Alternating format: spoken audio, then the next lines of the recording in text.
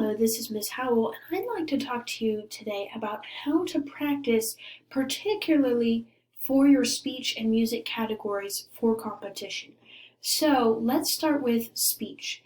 When you go to practice speech, where you practice will depend on if you are by yourself or if you have a word checker or an audience.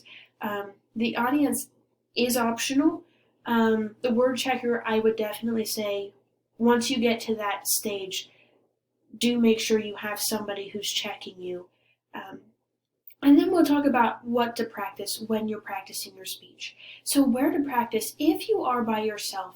Um, I know here I say a solitary place. What I mean by that is choose a place where it can be just you. I know there may be noise coming in from other parts of where you're practicing, but you need to find a place where it's just you. And, for me, it was an empty classroom in my school building.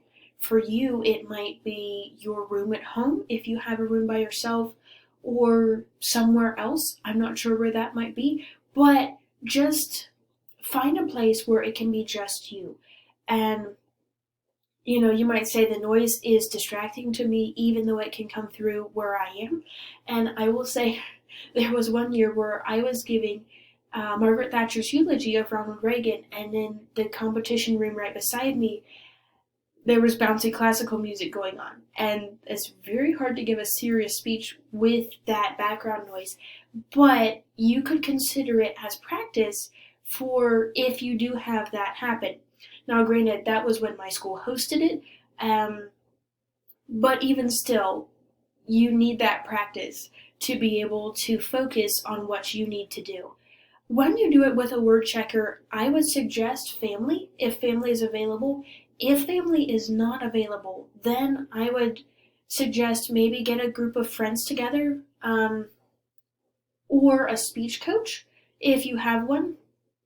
I will say though, if you do have your friends there, you need to be able to be serious about doing your competition practice. I know I just graduated from college, and sometimes when you get together with friends, it's story time and you're not getting things done. And if you're preparing for competition, you do need to make sure that you are getting things done. So just keep that in mind as you practice. When you practice, next we're going to talk about what to practice. And I would say every time you practice your speech, especially once you start to memorize it, introduce yourself and your speech. So as far as I know, you're still giving your name, you're still giving your school, and then you give the title of your speech and the author.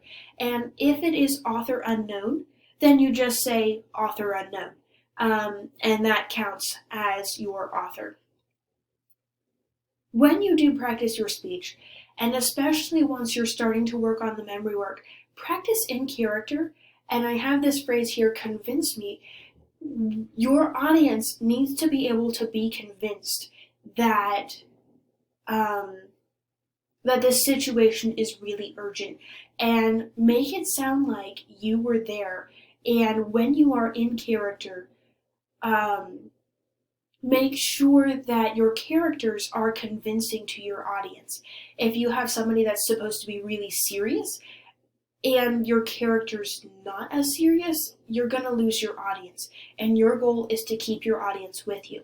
Now, when you're practicing in character, you need to remember that your characters don't hear the audience response. So if your audience starts to laugh or even sometimes to cry, your character cannot do that.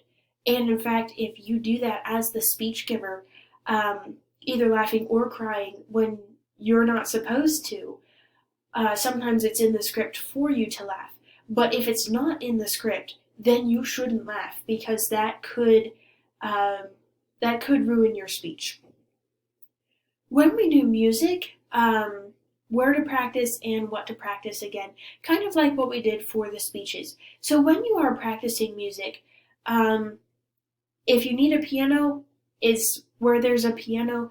Otherwise, if you don't have to have a piano and your instrument is very mobile, then you could practice anywhere.